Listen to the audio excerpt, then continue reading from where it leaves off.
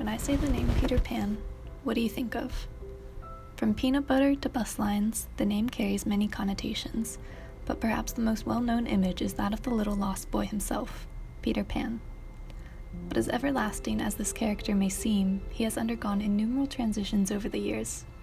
The Disney-fied, kid-friendly version was not the original Peter Pan.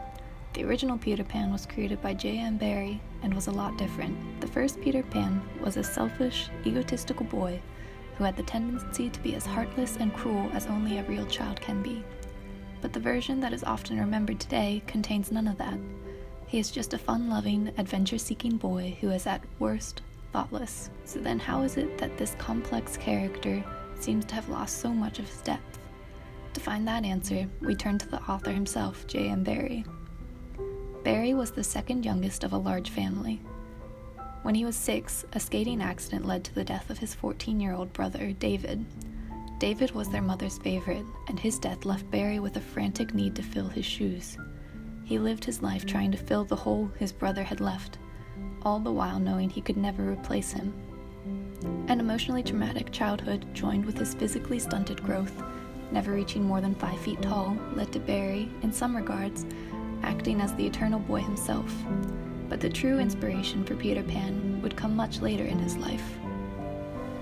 Barrie was inspired to write Peter Pan after forming relations with the 5 young boys of Sylvia and Arthur Llewellyn Davies. He met the boys on his walks in Kensington Gardens. He established himself a place among this family so that he could stretch out his childhood through these boys.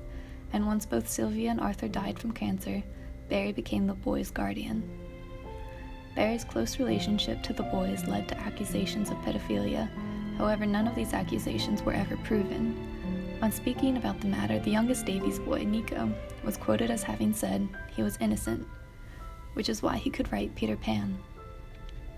The first appearance of Peter Pan popped up in Barrie's novel, The Little White Bird, which he published in 1902. The story depicts a fictionalized version of Barrie's friendship with the Davies. Here, Peter Pan is a story within that story. He is a week-old baby who leaves home believing he will always be welcome back, but when he flies back to the window, he discovers his mother had barred it. The play Peter Pan opened in 1904 and contained the same tragic backstory with a few major changes. Peter Pan is now slightly older, school age, and rather than flying around Kensington Garden, he now flies around Neverland. There is additionally more plot given to his story with Wendy and pirates and lost boys.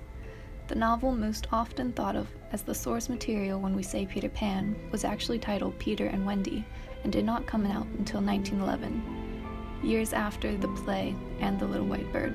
The Peter in these stories is a fun-loving kid, often confusing reality for make-believe. He has a bad memory, which means that even while he is flying Wendy and her brothers, Michael and John, to Neverland, they have to keep reintroducing themselves because he forgets them.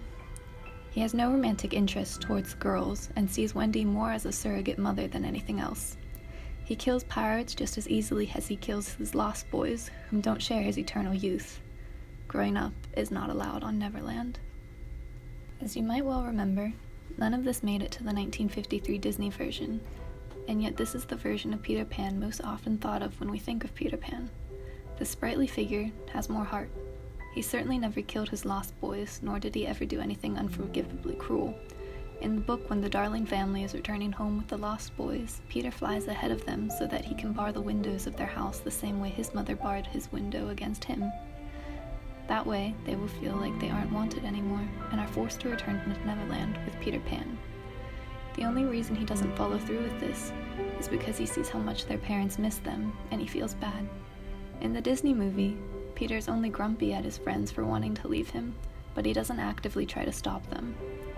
Other adaptations resulted in changes to Peter Pan as well. Even P.J. Hogan's 2003 live-action adaptation, which is widely regarded as a truer reflection of the original play than the Disney version, upped the romance to reflect the times. Some of the movie's dialogue is even the same as it is from the play, but most of it is new. All that being said, the act of changing Peter Pan to meet audiences' needs is not a new act. At the crux of all this, Peter Pan has always been a compilation of revisions. As mentioned before, Barrie made Peter Pan older for his play and later novel. gave his character more of a plot line too, but there were more changes than just those. The first audience that Peter Pan was ever performed for was not even children. The very first audience was comprised of nearly all adults. At the beginning, Peter was played by a woman, and nearly always played by an adult due to child labor laws restricting the number of children used in a play.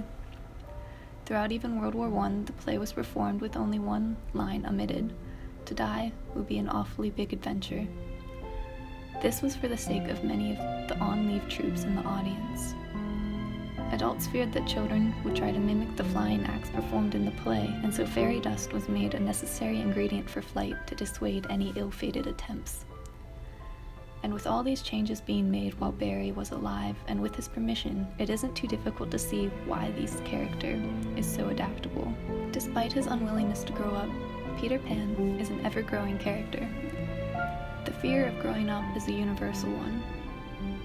So long as that remains the heart of Peter Pan, the rest of his character is moot. These stories that started out as just fun, childish musings, shared between Barrie and his boys, have reached every corner of the globe. Growing and changing year after year, Peter Pan has become the story for every child who refuses to grow up.